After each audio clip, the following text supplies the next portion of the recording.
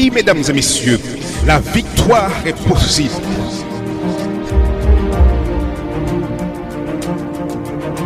Ne perdez pas espoir.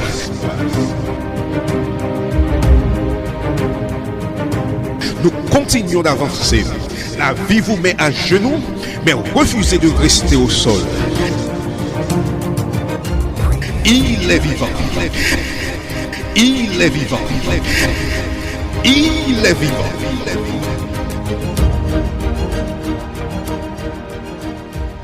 Mesdames et messieurs, RJV vous présente votre conférence biblique Voici ton Dieu.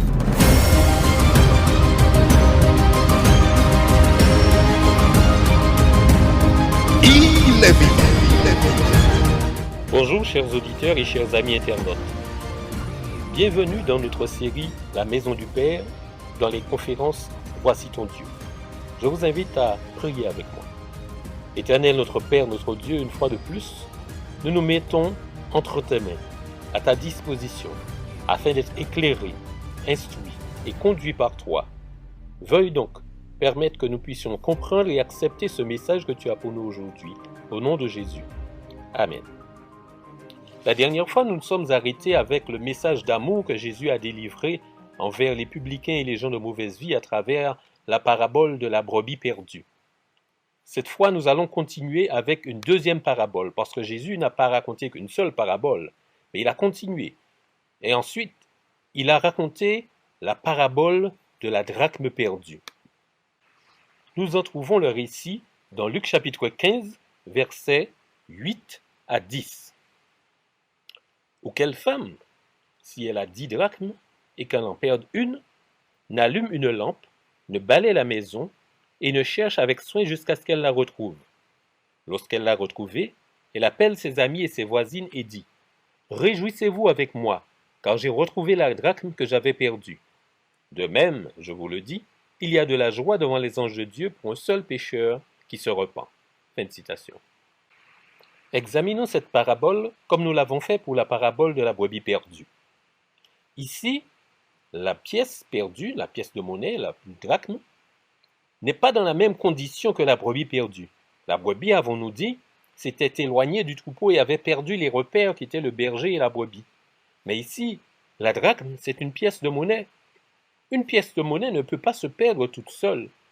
Il faut absolument l'intervention de quelqu'un d'autre, d'un tiers. Elle était peut-être posée sur une table ou sur une étagère, quel que soit l'endroit, et quelqu'un l'a fait tomber sans s'en rendre compte.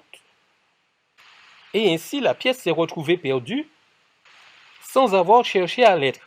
D'ailleurs, il eût été impossible pour la pierre de chercher à se perdre, parce que la pièce, c'est une pièce de monnaie, justement, c'est un objet, ce n'est pas un objet pensant comme la brebis. Il est d'ailleurs significatif que Jésus utilise l'image d'un objet pour représenter un humain. Cela en dit long sur ce message qu'il s'apprête à délivrer.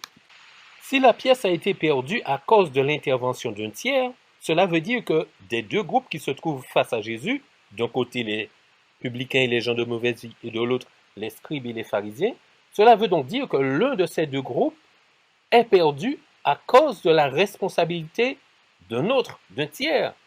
Or, on dit parfois que la drachme perdue représente les scribes et les pharisiens parce qu'ils étaient perdus dans la maison sans le savoir. Mais si les scribes et les pharisiens sont perdus, les publicains et les gens de mauvaise vie ont-ils une responsabilité dans cette perte-là? Absolument pas. Par contre, si l'on considère que la drachme représente les publicains et les gens de mauvaise vie, on reconnaît assez facilement l'implication des scribes et des pharisiens dans le fait que les publicains et les gens de mauvaise vie soient perdus parce que eux, ce sont les décideurs et l'élite de la société. Donc ceux qui ont pour responsabilité de veiller au bien-être de tout un chacun dans la société.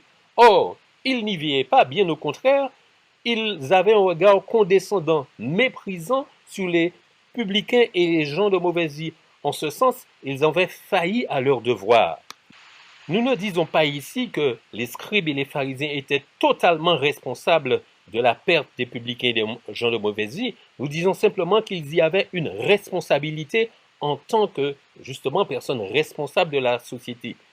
Car la drachme représente toutes ces personnes qui sont opprimées, culpabilisées, infantilisées, parentalisées, instrumentalisées ou même chosifiées, comme le disait Aimé Césaire. C'est-à-dire toutes ces personnes à qui on n'a pas accordé suffisamment d'importance et d'intérêt pour pouvoir veiller à leur bien-être, à leur développement. En mettant ainsi en lumière la responsabilité des élites sur la situation dégradée des personnes de la basse société, en quelque sorte, Jésus fait quelque chose de particulier.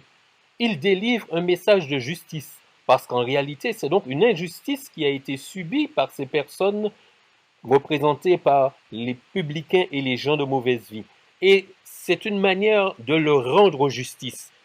Il est très important lorsqu'une injustice a été commise qu'à un moment ou à un autre, on puisse rendre justice. Parfois, on pense que le temps qui passe est suffisant pour que justice soit rendue, pour qu'une injustice soit effacée. Il n'en est absolument rien. Pour que justice soit rendue, il faut de 4 étapes indispensables. La première consiste à arrêter le préjudice commis. Il faut donc absolument que la personne qui commet l'injustice puisse arrêter de commettre cette injustice. Mais seulement, il arrive parfois qu'une injustice soit arrêtée simplement par des circonstances environnantes. Cela veut dire que celui qui commettait l'injustice, ce n'est pas qu'il a pris conscience et qu'il a décidé d'arrêter. Non, c'est simplement que les conditions permettant le développement de l'injustice ne sont plus réunies, donc le préjudice s'arrête. Mais en tout cas, c'est la première étape, il faut que, d'une manière ou d'une autre, le préjudice soit arrêté. Deuxième étape, il faut que celui qui a commis l'injustice reconnaisse le tort causé, reconnaisse qu'il a mal agi. Et cela est très important pour les victimes, parce que c'est ce qui leur permet de commencer à guérir justement de l'injustice qui leur a été causée. Donc, première étape, arrêter le préjudice. Deuxième étape, reconnaître le tort causé. Troisième étape, c'est réparer la faute. En effet, il est très important que toute faute soit réparée.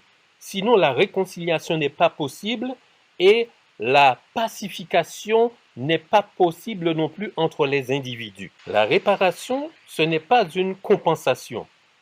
Parfois, certaines personnes pensent que il suffit que l'offenseur donne quelque chose à l'offensé et puis voilà, la réparation est faite. Non, absolument pas. La réparation consiste à un échange entre l'offenseur et l'offensé et que ce qui est offert en réparation soit accepté de l'offensé comme étant une réparation valide et valable. Et c'est seulement à ce moment-là que la pacification peut commencer et que la réconciliation peut aussi être rétablie. Et cela ne peut être possible que par l'intermédiaire d'un dialogue respectueux entre les deux parties.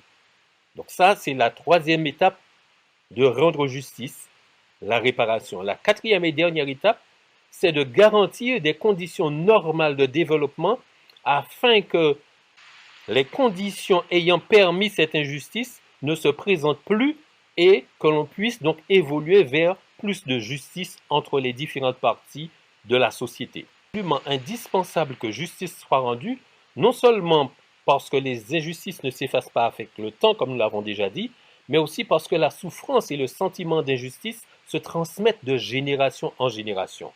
Voilà donc la raison pour laquelle Jésus intervient dans cette problématique. Et en dénonçant le comportement des scribes et des pharisiens, il leur fait comprendre qu'il n'est pas dupe de leurs agissements. Mais dans le même temps, il envoie aussi un message particulier aux publicains et aux gens de mauvaise vie en leur disant « Je vous ai compris et je suis venu pour intervenir à votre côté parce que vous avez été victime d'une injustice dont vous n'avez même pas été conscient parce qu'on ne vous a pas donné les éléments, les outils nécessaires pour prendre conscience de cette injustice. » Donc, Jésus intervient comme étant le médiateur par excellence, celui qui met en lumière les injustices et apporte les éléments nécessaires à ce que cela soit réglé. Puissions-nous, chers amis auditeurs et internautes, à l'instar de Jésus, ne pas rester insensibles aux injustices qui se trouvent autour de nous. Puissions-nous prendre conscience que nous pouvons aussi être des agents de médiation. Et si nous sommes d'un côté ou de l'autre de la barrière, c'est-à-dire dans la position des scribes et des pharisiens en commettant des injustices, ou encore dans la position des publicains et des gens de mauvaise vie ayant subi des injustices, puissions-nous comprendre, à la lumière de ce que Jésus nous dit ici, qu'il est possible d'arriver à une société apaisée. Il est possible de rendre justice, et ainsi que chacun d'entre nous fassions la part qui nous est réservée, fassions le pas qu'il nous est possible de faire afin que notre monde, notre vie, notre société soit plus juste. Que Dieu vous bénisse. À demain. C'était votre conférence biblique Voici ton Dieu. Si vous avez besoin d'un éclairage, si vous voulez connaître davantage, si vous avez une question, l'équipe Voici ton Dieu est à votre disposition. N'hésitez pas à nous contacter par WhatsApp ou SMS au 06 94 233 352 06 94 233 352 ou alors par mail à evangiledevie.bible@gmail.com evangiledevie.bible@gmail.com. Nous vous remercions de votre écoute et à bientôt sur RJV. Tout est noir autour de toi, tu cherches ton chemin, le cœur brisé, déchiré et découragé. Je sais ce n'est pas facile, je comprends ce que tu vis. Tu te crois abandonné à combattre une armée. Dieu a un plan pour toi, Dieu a un plan. Son amour est pur, son cœur est bon, et souviens-toi toujours